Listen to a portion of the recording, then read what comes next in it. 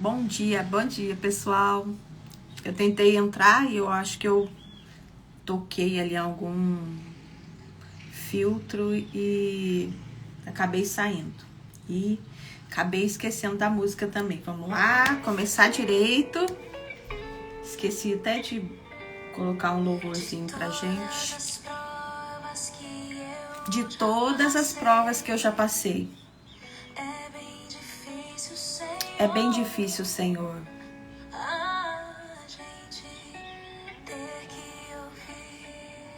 A gente ter que ouvir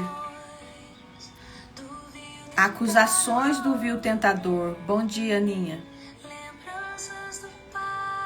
Lembranças do passado vêm. E querem me fazer parar. Querem te fazer parar. Tem lembranças que querem nos fazer parar. Até as palavras de alguém que não quer na gente acreditar. Que música linda. Vamos começar? Eu sou Andréia Coutinho, psicanalista cristã, e estamos vivenciando Janeiro Branco, o mês da conscientização da saúde mental, e aliado com isso, estamos caminhando com Provérbios, dia após dia, lendo diariamente um livro, de Provérbios, uma passagem para que a gente possa crescer juntas em sabedoria e em conhecimento. E a palavra que hoje eu quero trazer para que a gente venha ter essa saúde mental, esse equilíbrio mental. Equilíbrio entre coração e mente, físico, que a gente possa viver uma vida equilibrada, mental, emocional e fisicamente, é a humildade. É muito importante a gente saber ser humilde. O indivíduo, ser humano, tem uma frase que diz assim, eu copiei, olha. O indivíduo saudável e forte é aquele que pede ajuda. Que pede ajuda quando precisa. Quer ele tenha uma dor no joelho, ou mesmo quer ele tenha uma dor na alma. O indivíduo, saudável, ele sabe pedir ajuda, ele é humilde. A humildade diz no livro de Provérbios mesmo que precede a honra. Mas muitas das vezes o orgulho ou até mesmo o medo, o sentimento de rejeição impede a pessoa de pedir ajuda. Mas nós não podemos ter vergonha nem medo de pedir ajuda. Seja para uma dor no joelho ou seja para uma tristeza na alma. Seja porque eu estou precisando de um apoio para que eu possa realmente encostar o meu braço. Ou seja porque eu preciso de um apoio, de uma oração, de uma palavra amiga, de alguém que somente sente ao meu lado para me ouvir. Então, o indivíduo saudável e forte é aquele que sabe pedir. A gente não pode esperar a vitória, planejando caminhar sozinho. Ninguém vence, uma batalha, uma guerra caminhando sozinho. Então, que a gente seja humilde o bastante, para que a gente possa pedir ajuda. Às vezes, nós estamos... Olha aqui, a gente tá igual esse negocinho aqui de lápis, cheio. Já não cabe mais nada, mas a gente ainda quer colocar mais coisa aqui, olha. E a gente ainda quer colocar mais... Tudo que a gente puder, a gente coloca, olha aqui. Porque muitas das vezes a gente não está sendo humilde. A gente quer colocar tudo, a gente quer... Até o que não cabe, a gente quer carregar. Quando a gente não pede ajuda. Quando a gente não pede ajuda, a gente fica igual esse pote aqui, não cabe mais nada. E a gente quer carregar. Então... Quem é saudável sabe pedir ajuda, é humilde para pedir ajuda. Então, a palavra de hoje para o janeiro do equilíbrio, da saúde mental é: peça ajuda se você estiver precisando. Não tenha vergonha de pedir ajuda. Sabe por que a gente não pede ajuda? Porque a gente tem medo da resposta do outro. A gente tem medo que o outro possa dizer não. Mas o outro tem o direito de dizer o não, se ele quiser também. Basta a gente entender que a gente tem que aprender a receber o sim e o não. É buscar o sim. Pedir ajuda é buscar o sim. Às vezes vamos receber mesmo o não. Mas é saber buscar o sim. E para a gente buscar o sim, em média a gente recebe 10 não. Então, a humildade seja humilde para pedir ajuda. Se você estiver com uma dor no joelho, ou se você estiver com uma angústia na alma, saiba pedir, né? Ajuda, não tenha vergonha, seja humilde. Vamos começar o Provérbios. Pai, em nome de Jesus, nos dê sabedoria, simplicidade, meu Deus, entendimento. Capacita-nos, Pai, para que a gente possa entender a sua palavra, Pai. Nos corrige, nos exorta, nos edifica e nos faça crescer, Pai, dia após dia na tua palavra, em nome de Jesus. Amém? Vamos lá, Provérbios, bom dia, Franciane. Provérbios 27, versículo 1 diz assim, olha, não anuncie precipitadamente o que você vai fazer amanhã. Você nem sabe o que aguarda no dia seguinte. É a ansiedade que nos consome. É o amanhã, é o excesso de amanhã. Então acaba que a gente atropela o presente e começa a contar os nossos planos de amanhã. E talvez aqui, olha, não anuncie precipitadamente o que você vai fazer amanhã. Você nem sabe o que te aguarda no dia seguinte. Às vezes até os nossos planos revelados antes da hora, eles são ali abortados, porque outras pessoas, como eu disse antes, vão dizer, essa música mesmo diz, olha, às vezes as pessoas vêm para nós com palavras de desistência, e aí a gente conta o nosso plano futuro e a pessoa rouba a nossa esperança, e acaba que o futuro nunca acontece, e a ansiedade nos consome. E a crise de ansiedade, uma após outra, vem nos consumindo. Por quê? Porque abrimos a boca antes da hora. Tem um livro da Joyce Meyer que diz, né? Eu e a minha boca grande. Às vezes a gente abre a boca antes da hora. Não era para ter falado, mas a gente acaba falando. E aí a gente não sabe o que nos aguarda. Fazer o plano, criar metas é importante. É importante a gente ter o nosso plano traçado. Eu tenho meu plano traçado para 2023. É importante, mas eu não preciso estar falando dele para todo mundo. A gente não sabe se aquilo vai realmente se cumprir. Eu posso planejar, mas quem tem a palavra final é Deus. Então, cuidado, não deixa a ansiedade dominar o seu coração e também não deixa a pressa, né? Fazer com que a sua boca fale antes da hora. Versículo 2, não chame atenção para você mesmo, deixa que os outros elogiem você. Nós já falamos isso no livro de Provérbios. Não queira ser o centro das atenções. Pode chegar uma pessoa mais importante. A Bíblia diz assim, Deus não faz acepção de pessoas, mas tem muitos lugares, né, em igreja, estabelecimentos, que os primeiros lugares ali são para as pessoas deficientes, para as pessoas idosas, para a pessoa que tem algum impedimento, e a pessoa vai lá e senta na frente. Aí ela é convidada a sair daquele lugar.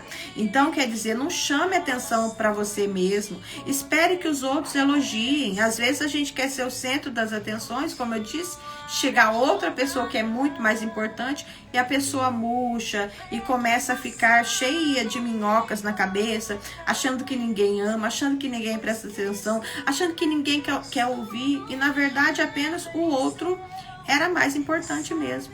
E assim como é importante a gente já fazer o outro mais importante. Ama teu próximo como a ti mesmo é. Admire, sabe? Seja você a dar valor ao próximo. Então que nós demos valor a quem está na nossa frente. Ao invés de nós queremos todo o valor para nós mesmos. A gente consegue se descarregar de bastante preocupações quando a gente aprende a elogiar. Sabe, a engrandecer, a dar honra a quem está na nossa frente. Versículo 3. Carregar uma tora nos ombros e erguer uma pedra no braço ao mesmo tempo. Carregar uma tora nos ombros e erguer uma pedra no braço ao mesmo tempo é agradável comparado com a aflição de aguentar um insensato. Eu não estava entendendo por isso. Olha, gente, carregar uma tora no braço. Imagina uma tora pesada. E erguer ao mesmo tempo uma pedra. Olha, você leva uma tora aqui, você leva uma pedra aqui. É muito mais agradável do que ter que aguentar uma pessoa tola o dia inteiro na sua cabeça. A tora está falando sobre trabalho pesado. A tora está falando sobre o seu trabalho, dia após dia, diariamente, que a gente trabalha ali carregando peso. É muito melhor do que você aguentar um insensato. Imagine você com as mãos leves, mas tendo a cabeça, o peso, né, das más palavras palavras de um tolo, de insensato, elas consomem a nossa mente, não a nossa força física. Que não sejamos nós os tolos, né? Que a gente, quando fala aqui do tolo e do sábio, tem épocas da nossa vida que estamos sendo tolos. Tem época da nossa vida que nós estamos sendo o falador. Tem época da nossa vida que nós é que estamos ouvindo e falando coisas que não deve se falar. Então, por isso que o Provérbios vem nos corrigir. Para que a gente venha aprender a fazer o que é correto no tempo certo. Versículo 4. Somos arruinados pela ira e dominados pela raiva. Mas quem pode sobreviver à inveja? Olha aqui. Aqui está dizendo que às vezes a gente é dominado pela raiva. Sim, às vezes a raiva nos domina. Quando a gente vê algo, sabe, inconcebível aos nossos olhos de ver ou aos nossos ouvidos de ouvir. Quando a gente vê ali algo sendo praticado por uma criança, né? É um abuso sendo praticado contra uma criança, sabe? A gente se consome pela raiva, pela ira, quando a gente vê algo fora, né? Fora da linha, fora das 4 linhas que fogem aquilo que Deus falou. A raiva, sim, toma conta do nosso coração. Não é bom? Não é bom, mas ela toma conta do nosso coração. Aqui está dizendo que a gente pode passar por isso, mas está dizendo quem sobrevive à inveja. Quem pode sobreviver? Quem pode passar pelo invejoso, descobrir que a pessoa tem inveja, descobrir que a pessoa é contra você, descobrir que a sua felicidade incomoda tanto o outro, a ponto dele querer te destruir. Quem pode? Quem pode sobreviver? É o que a palavra está dizendo. Bom dia, Patrícia. É o que a palavra está dizendo. Então, que a gente aprenda, gente, a nos blindar. E como que a gente blinda? Blinda o seu coração, leva o seu coração para Deus. Confie que Deus está te protegendo. Não saia por aí contando todos os seus planos, projetos.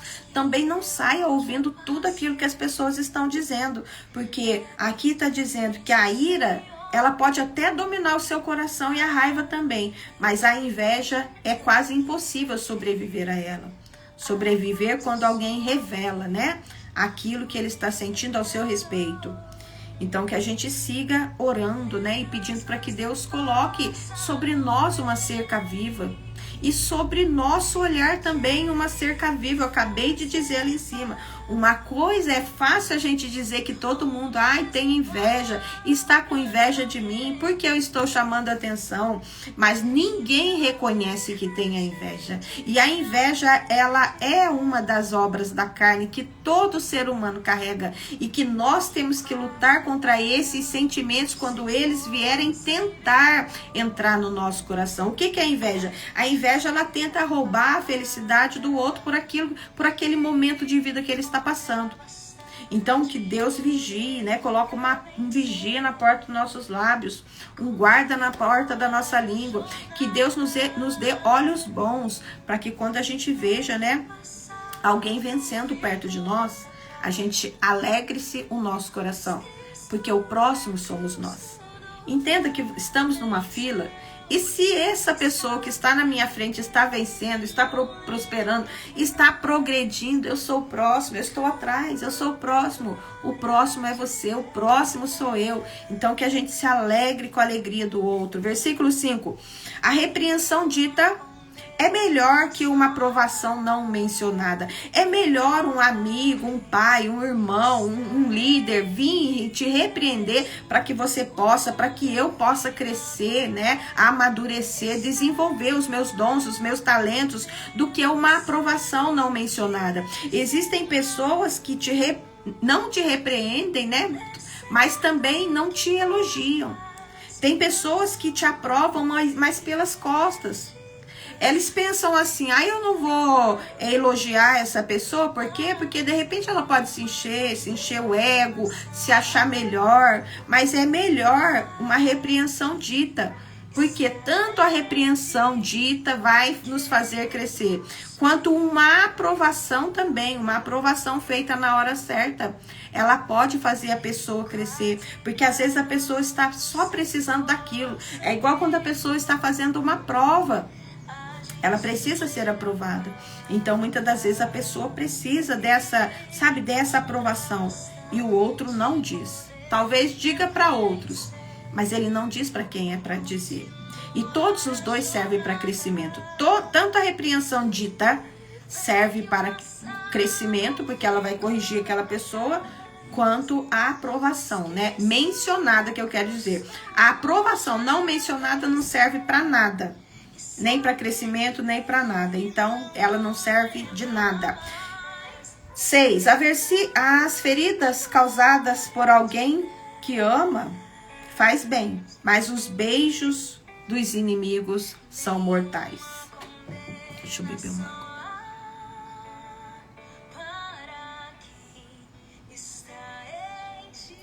As feridas causadas por alguém que ama. Alguém que ama vai nos disciplinar. Alguém que ama vai nos corrigir. Alguém que nos ama vai falar assim, olha, não é bem assim não. Não vai por esse caminho. A pessoa que nos ama, ela nos ama, então ela quer nos proteger. Mas os beijos do inimigo são mortais. Quem conhece um beijo do inimigo? Judas, né? Judas deu um beijo em Jesus. Mas ainda assim, Jesus, né, disse assim para Judas, amigo, o que foi que fizeste? Judas era inimigo, né, de Jesus, mas Jesus não tinha inimigos, porque Jesus, ele era o puro amor, ele é o puro amor. Então, a gente tem que se sentir alegre, feliz, quando um amigo, quando alguém que nos ama, vem e nos corrige, nos mostra o que estamos no caminho errado. É muito melhor do que a gente andar com aquele monte de companhia que está aprovando o que a gente está fazendo, que a gente sabe que está errado. Sabe o que é o beijo dos inimigos são mortais? Eu sei que eu estou errada. Eu sei que o que eu estou fazendo é errado, mas eu tenho uma resposta aqui na minha cabeça e eu quero ouvir aquilo como se aquilo fosse verdade. Então eu fico procurando aquela resposta no meio de amizades erradas. Eu sei que aqueles amigos estão me levando para a festa da alegria ilusória do mundo, mas assim mesmo eles estão falando o que eu quero ouvir, eles estão me abraçando, eles estão me beijando, eles estão se alegrando comigo. E muitas das vezes a gente se deixa enganar por essa ilusão. Por quê? Porque nós queremos ser aprovados, ainda que seja pelo mal. Então está escrito, se alguém está te corrigindo, mas te ama, ouça essa pessoa. E saia dessa roda de amizade que vai te levar para a morte. Para a morte espiritual, porque muitas das vezes tem amizades que nos fazem parar de orar, amizades que nos fazem parar de ler a Bíblia, amizade que faz com que a gente pare de querer crescer, desenvolver, buscar conhecimento. Existem amizades que só querem aproveitar esse mundo. Então, que Deus nos afaste, né? Que a gente compreenda que a pessoa que nos ama vai nos corrigir para o bem. Versículo 7. Quando você se empanturra, acaba recusando até a sobremesa. Quando está faminto, poderia comer até um boi. Quando a gente come demais, a pessoa vem oferecer, né, ali uma sobremesa, a gente já está tão cheio que a gente não quer. Porém, quando a gente está faminto, a gente come o que vem pela frente. Cuidado com a fome da alma. Cuidado com esse vazio que a gente carrega na alma. Cuidado com essa necessidade de aprovação das outras pessoas, porque qualquer coisa que a pessoa servir para nós, a gente vai comer como um boi. Depois a gente vai passar mal. Então cuidado com esse vazio, né, de alma, com esse vazio. Muitas das vezes a gente está vazio de alma. E qualquer palavra que a pessoa nos dá, a gente come, a gente degusta, a gente engole, a gente aceita. Então, quer dizer, cuidado quando você estiver faminto. Preste atenção, Satanás, né? Ele tentou Jesus no tempo da fome. Jesus, ele estava com fome, e Satanás veio e disse para Jesus assim, olha, transforma essas pedras em pães. Ele quis dizer, usa o seu poder, você não é filho de Deus mesmo? Se tu és, ele colocou uma dúvida, quando a gente está com fome, quando a gente está vazio, nós estamos cheios de dúvida, e qualquer coisa que o mundo colocar na nossa cabeça, vai entrar no nosso coração. Então, cuidado com o tempo da fome. O tempo da fome, ele vai te provar na fome, ele vai te provar na sua fé, ele vai te provar na sua... Quando a pessoa quer demais no seu... Quando a pessoa quer demais, ele vai provar também no dinheiro, né? Na ganância, ele vai te provar na ganância. Satanás provou Jesus na fome, no poder e na ganância. Então, cuidado quando você estiver com fome. Não pense que você pode comer tudo que estão te oferecendo. Versículo 8. As pessoas não param e ficam andando para lá e para cá. São como pássaros agitados, esvoaçando no céu. As pessoas que não param e ficam andando de lá para cá são como pássaros agitados, esvoaçando pelo céu. A pessoa não sossega, a pessoa não tem parada. A pessoa sabe que está sem paz, sem sentido para a vida. Ela vai ali, ela volta, ela vai, ela volta. Ela não tem sentido, ela não tem paz, ela não sabe para onde vai. Então acaba que ela fica andando para lá e para cá. É preciso encontrar sossego para a sua alma, paz e tranquilidade. A Bíblia diz que a sua paz está em Cristo Jesus. Então não adianta a gente querer voar para lá, voar, estar sem sentido na vida, sem saber para onde vai, sem saber em que porta abrir, sem saber se eu busco A, se eu busco B. Saiba onde está a sua dor, veja onde dói. Aonde dói é aonde eu vou buscar resposta. Se dói o físico, eu busco ajuda médica. Se dói a alma, eu busco ajuda espiritual. Saiba onde dói. Saiba onde está doendo a tua vida para que você não busque respostas nos lugares errados. E vai ficar esvoaçando para lá e para cá. Assim como os cremes e os perfumes geram prazer para os sentidos, a doce amizade refresca a alma. Não abandone seus amigos, muito menos seus pais. E corra para a sua família quando a coisa apertar. Perdão, gente.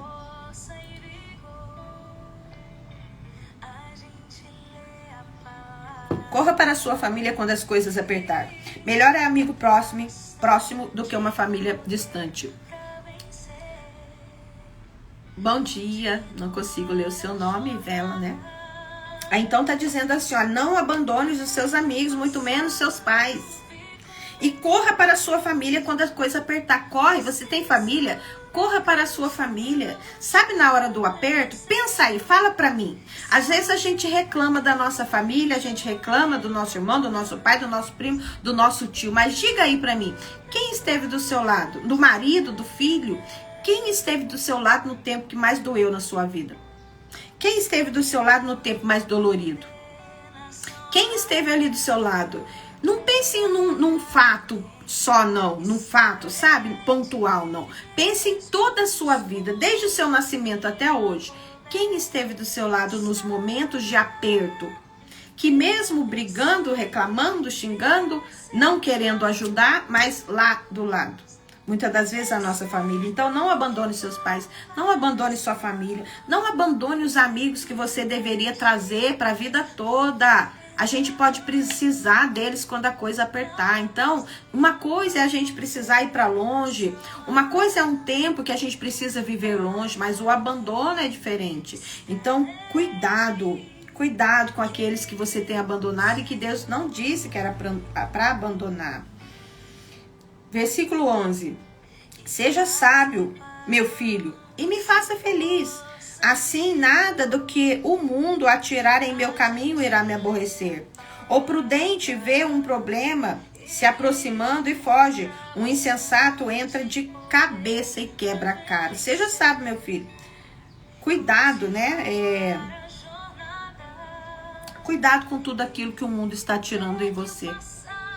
Está lançando em você e você está aceitando. Às vezes as pessoas estão lançando coisas em nós, nós estamos aceitando isso como se fosse para nós. Até mesmo palavras. Às vezes a gente pega toda quanto é palavra que é lançada, né?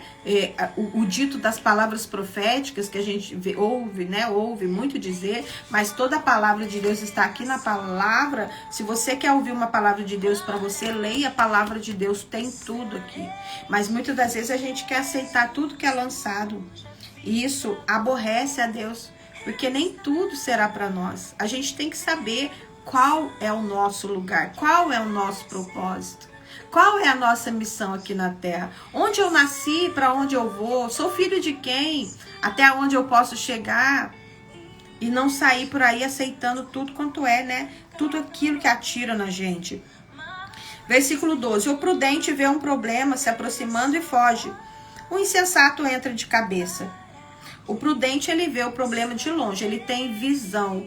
O prudente, ele vê o problema, sabe por quê? Porque ele já anteviu. É uma antevisão. O prudente, ele já analisa tudo que pode acontecer pelo caminho. Então, quando o problema está vindo, ele já sabe que é problema, então ele dá um jeito de fugir. Ele sabe que é problema. Ele estudou.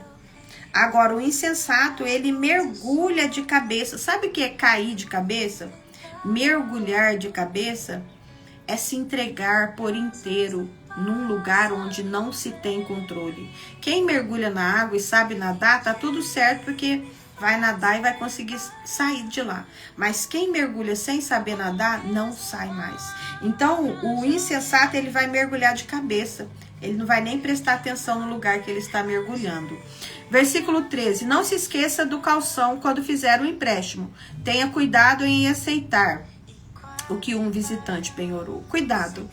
É preciso deixar uma prova, né? Quando você não esqueça do calção quando você fizer um empréstimo, não esqueça de pedir uma prova. Não esqueça de pedir que a pessoa deixe uma prova de que ela realmente emprestou esse dinheiro seu, para que você tenha provas quando ela disser que não emprestou nada. Então é importante, a gente lembra, não tem muito a ver, mas a gente lembra da história de Tamar com Judá. A nora de Judá, né, ele proibiu, né, ela casou com seus filhos e o último filho teria que casar, né, com ela também, mas ele não deu. Ele fugiu à regra, né, uma regra da palavra, e não deu o seu filho para ela. Tamar se fingiu de prostituta, ficou no meio do caminho e se ofereceu para Judá. E Judá deixou lá, né, o cajado dele. É um calção, é uma prova. Então, quando você fizer um empréstimo para pessoas desconhecidas, peça essa prova, para que ele não venha te enganar depois. Se você acordar seu amigo de manhã bem cedo gritando, acorde-se, levante-se, isso vai soar para ele mais como maldição do que como bênção. É muito ruim quando você está dormindo ali, naquele sono da manhã, e a pessoa vem gritando para que você acorde. Isso não é bom. Aquilo lá soa mais como uma palavra ruim do que como uma palavra boa. Mais como uma maldição do que como uma bênção. É uma palavra proferida. Uma maldição é uma palavra proferida no momento errado. Então, se eu grito no momento onde a pessoa está dormindo, está errado. O jeito certo de acordar uma pessoa é com toque suave. A pessoa está dormindo. Ela pode ter até um surto. A pessoa, quando é acordada dessa forma, sabe, com muita violência, ela pode até ter um surto, caso ela tenha algum problema. Então, cuidado, não saia por aí achando que é legal chegar gritando na casa de um amigo seu. Não, não é legal. Bata na porta, seja elegante, não faça isso, não saia gritando. Versículo 15. A esposa resmungona é como um gotejar de uma torneira pingando. Você não consegue fazê-la parar. E dela, quem que pode escapar? Meu Deus. Nós falamos da TPM, né? Mas muitas das vezes a gente nem com TPM está. Bom dia, Jéssica. Às vezes a gente nem com TPM está. Nós estamos resmungando mesmo. Nós estamos ríspidas mesmo. Assim quanto o homem, assim quanto a mulher. Quando eu estou dizendo resmungão, é muito ruim o homem resmungão. E assim também é muito ruim a mulher resmungona. Quem pode escapar? A mulher, quando está reclamando, ela vai atrás da pessoa e falando, e resmungando, e falando. O homem já não tem muito esse costume. O homem, quando ele está com a cabeça cheia, ele sai andando, caminhando pela rua. E isso é uma técnica. Isso é uma técnica para quebrar o fluxo de ansiedade. Muitos homens saem caminhando, talvez para não usar ali as mãos. E a mulher quer que ele fique. Não, você vai ficar aqui me ouvindo. Aqui, eu quero que me ouça. Quem consegue escapar, então? Quem consegue escapar da mulher resmungona é o que o Provérbios está nos dizendo aqui no versículo 16. Que não sejamos essa pessoa.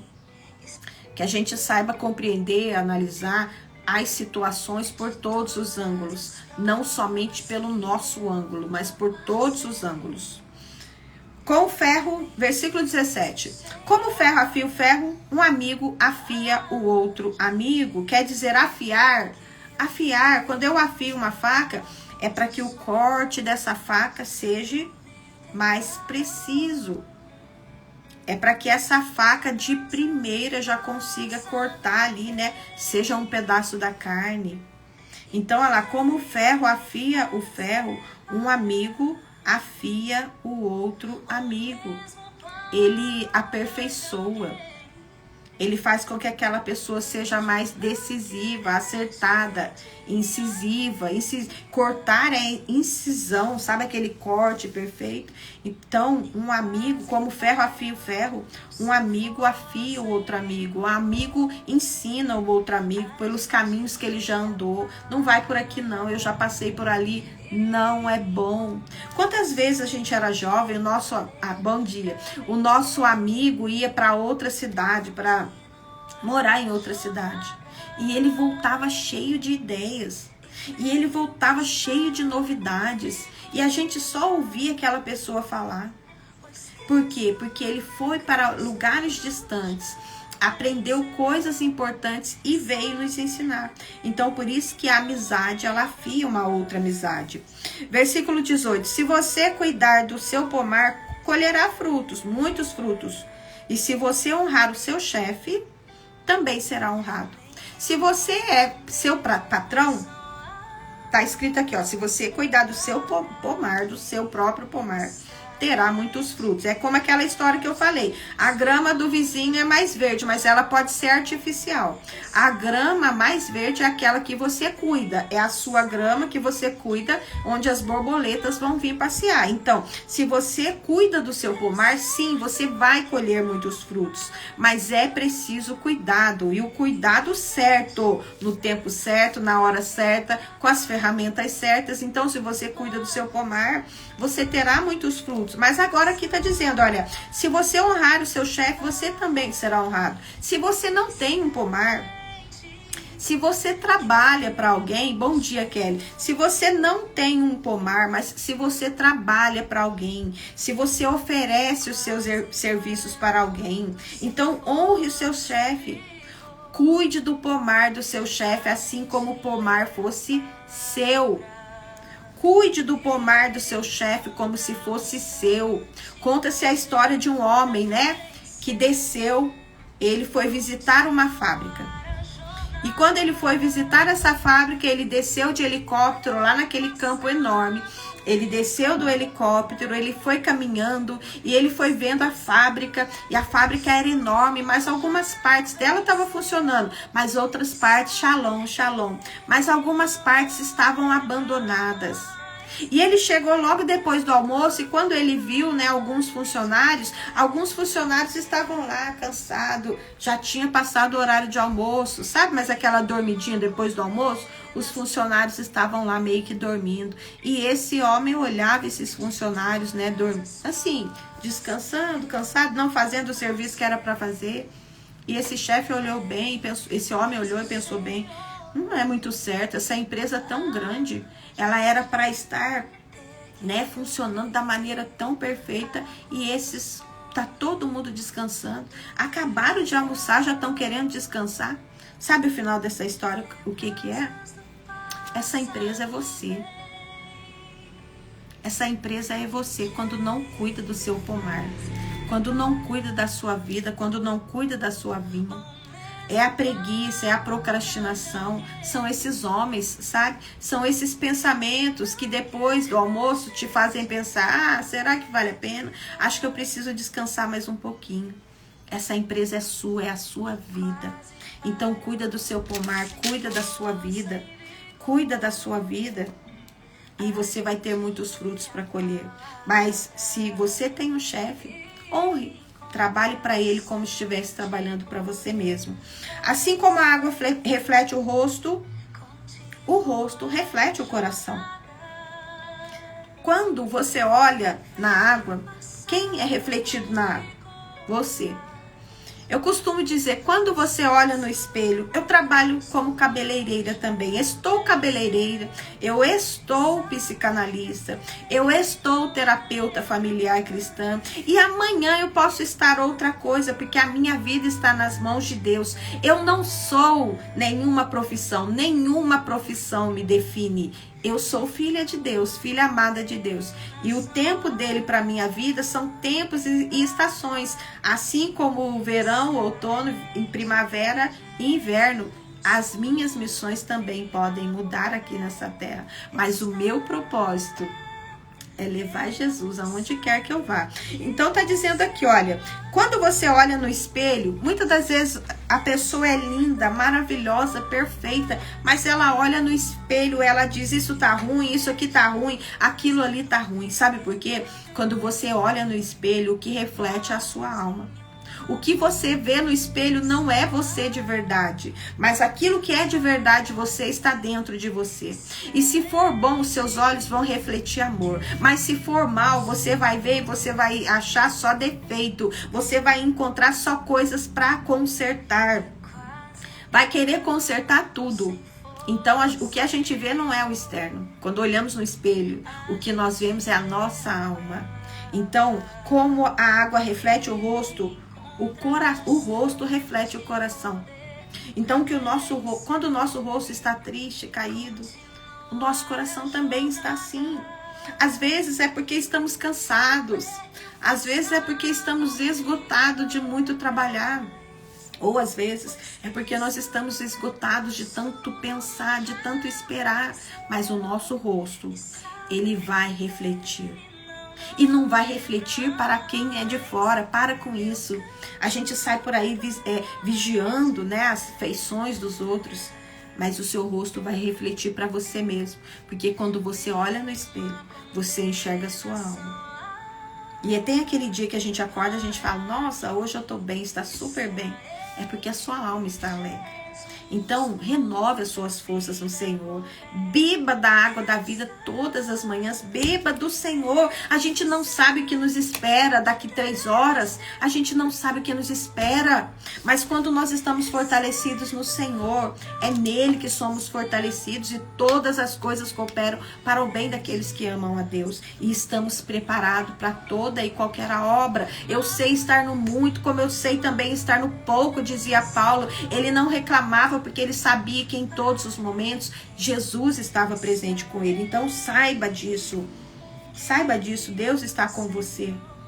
Saiba que o que você vê no espelho não é você de verdade. Você é muito mais do que essa imagem que está sendo projetada. Mas consiga enxergar sua alma. Consiga tirar de você essa sua força que tem dentro de você. A pureza da prata, do ouro, é testada quando é levada ao fogo. A pureza do coração humano é testada com um pouco de fama. Eita! Olha, a pureza do ouro e da prata é testada quando é levada ao fogo. E olha, choque térmico. São verdadeiros choques térmicos. Para a espada ser uma espada boa, coloca ela no fogo, coloca ela no frio, coloca no fogo, no frio, no fogo, no frio. Choques, vários choques térmicos. Para quê? Para testar se realmente essa espada será uma boa espada. Assim como, né, o anel, assim como as joias também. Elas passam pelo fogo, água, fogo, água, fogo, água. Para quê? Para ser testada, para ver se não vai se partir, para ver se realmente aquilo será uma boa ferramenta de guerra, ou para ver se aquilo vai ser realmente um anel, né? Uma joia que vai embelezar a vida de alguém. Mas a pureza do coração é testada com um pouco de fama. Sabe a fama? A fama é quando a pessoa cresce um pouquinho. Será que quando ela cresce um pouquinho, o tamanho dela se torna maior? Será que quando ela recebe tem pessoas que com um salário já muda, já se engrandece, já acha que não precisa de ninguém, já acha que, eu pago isso. Eu compro, eu pago, tudo a pessoa paga. A pessoa esquece da humildade, como a gente começou hoje. Hoje nós começamos assim, ó. Forte é aquele que pede ajuda, seja para uma dor no cotovelo, ou seja para a dor na alma. Forte é aquele que é humilde. Forte é aquele que sabe que tem que pedir ajuda, que não sai querendo esbravazar. Porque quando queremos vencer uma guerra, aqui ó, eu tinha marcado, você não pode esperar a vitória planejando a derrota. Se você tá indo sozinho nessa guerra, tá planejando a derrota, porque não é humilde. Então tá escrito aqui, olha, quando a pessoa cresce, quando a pessoa tem um pouquinho de fama, ela já acha que tudo pode pagar. Ela já acha que tudo tá no controle dela. E o nosso verdadeiro controle está nas mãos do Senhor. A humildade é a peça preciosa que não se pode perder. Seja humilde, simples, ou seja o humilde grande, o humilde rico, porque humildade não tem nada a ver com dinheiro. Tem pessoas com milionários que são humildes, enquanto tem pessoas que são miseráveis, mas são arrogantes de alma, não pedem ajuda, sabe? Não buscam ajuda, não pedem socorro, esperam que os outros venham ajudar, ficam lá, alguém tem que vir me ajudar, alguém vai se lembrar de mim. Como? Se nem nós estamos lembrando, e aquilo que eu dou é aquilo que eu recebo. Se eu quero receber, eu tenho que dar. Ah, mas não tem congruência, não tá certo, aquilo que eu quero receber, eu dou, dá em poucas quantidades, mas dê aquilo que você quer receber. Então, quando está dizendo que um pouco de fama prova o coração por isso. Porque Deus vê se realmente o dinheiro, por exemplo, vamos puxar a fama para o dinheiro, porque nem sempre a fama quer dizer dinheiro. A fama é de várias formas. É algo que a pessoa fez e aquilo fez o nome dela ser conhecido, por exemplo. Fui eu, é meu. A pessoa esquece lá no livro de Deuteronômios que Deus diz assim, olha, não se esqueça de que foi eu que te dei capacidade para enriquecer. Mas fui eu que fiz, é meu. Então a fama prova os nossos corações diante de Deus, é testada, né? E diante da terra. É como se fosse esse fogo, água, fogo e água, fogo e água. Continua assim, olha, triture o insensato até o último osso e não conseguirá remover dele a tolice. Meu Deus, o insensato você pode moer, passar ele pela moenda. Sabe quando o vinho está passando pela moenda? O vinho, bom dia, Cláudio. O vinho passa pela moenda. Quando o vinho passa pela moenda, é para que esse vinho se torne mais saboroso. E quanto mais velho o vinho, melhor. Então, quando o vinho passa pela moenda, ele está sendo, né? A pessoa está pisando ali a uva para que dela saia o melhor suco, para que dela saia o melhor néctar. Mas aqui está dizendo que você pode triturar o insensato até o último osso e não vai remover dele a tolice, porque o insensato ele vive reciclando a tolice. O insensato ele vive melhorando a sua tolice. Então, nem pela moenda vai adiantar o insensato passar. A sua tolice não será removida dele. Versículo 23 diz assim, olha, conheça as suas ovelhas pelo nome, seja cuidadoso com seu rebanho, não use como garantia, as posses não duram para sempre. Não pense que é o seu rebanho lá cheio, né? Não pense que o seu celeiro cheio de ovelhas é uma garantia de vitória na sua vida. Deus é a nossa garantia de vitória. Precisamos de riquezas terrenas, precisamos de recursos terrenos, mas não pense que isso é garantia para a sua vida. Assim, quando a safra chegar e a colheita estiver estocada nos celeiros, você poderá tricotar lindas blusas com lã dos cordeiros e vender suas cabras por um bom preço. Haverá muito leite, muita carne para alimentar sua família em tempos difíceis. Não use, né? Conheça suas ovelhas. Conheça as ovelhas. Aqui está falando sobre a parte financeira mesmo. Conheça o seu rebanho. Conheça o que você tem estocado aí dentro da sua casa.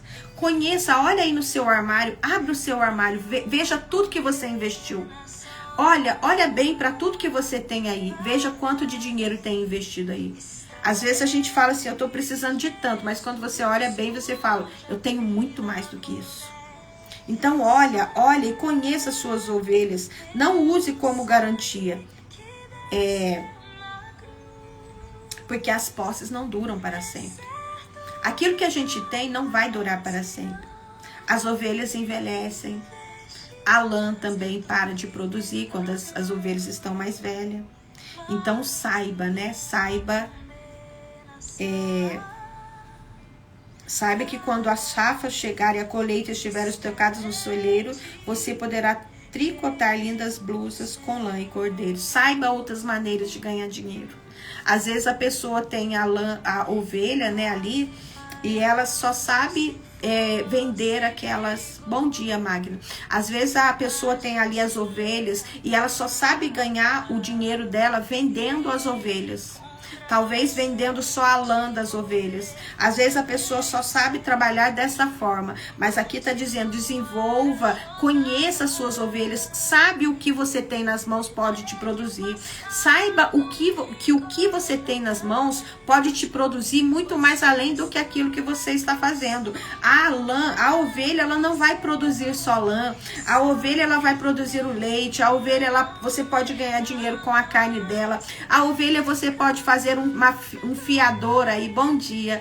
Você pode fazer um fiador aí com o dinheiro da ovelha, você produzir roupas, fazer aqui roupas, tecidos, para que e vender por bom preço, para que haja muito dinheiro na sua casa e para que a sua família não passe fome em tempos difíceis. Então olhe para a sua ovelha, conheça as suas ovelhas, olhe o que você tem na sua casa, olhe o trabalho que você tem nas suas mãos, olhe, perceba o que você está fazendo e o que a mais você poderia estar fazendo com isso. Não adianta nada eu dar a minha ovelha como garantia, mas eu não desenvolver algo melhor com aquelas ovelhas. Então, se eu tenho a ovelha e eu estou ganhando, aí quando for ovelha, coloca o que você trabalha, coloca com o que você trabalha. Aquilo que eu trabalho. É só assim que ele pode me devolver retorno? É só assim? Será que a ovelha, ela só produzia lã? Ou será que a ovelha produzia leite? Será que produzia carne? Será que poderia ali não vender somente a lã, mas poderia tecer roupas e assim ganhar dinheiro em tempos difíceis? É isso que o último versículo, né? Os últimos versículos do Provérbios 27 está nos dizendo. Conheça o que você tem nas suas mãos. Aqui está dizendo que se o homem quisesse só ter como garantia as ovelhas, ele venderia as ovelhas e outras pessoas ganhariam muito mais dinheiro do que ele. Porque saberiam desenvolver, né, novas técnicas de ganhar dinheiro com o que a ovelha produzia para eles. Aí eu te pergunto, olha em sua volta o que você tem, que você acha que pode dar como garantia e na verdade poderia estar devolvendo para você muito mais do que você está, né, produzindo. É isso que o provérbio de Deus, finalizamos hoje, né? Finalizamos o provérbio de número 27 e foi bem rico hoje, foi profundo, né? Tivemos que pensar um pouco mais, porque a palavra é multiforme. Às vezes a palavra fala comigo de uma forma, fala com você de outra forma. E tá tudo certo, porque Deus, ele tem a maneira correta de chegar no coração de alguém. E não é da minha forma, não é da sua forma, mas é da forma de Deus. Então, leia essa palavra. Leia a palavra de Deus. Nunca deixe a sua intimidade, o seu encontro com Deus. Adão e Eva, sabe o que aconteceu? Eles fugiram de Deus. Eles fugiram do encontro de Deus porque eles acreditaram que eles tinham pecado.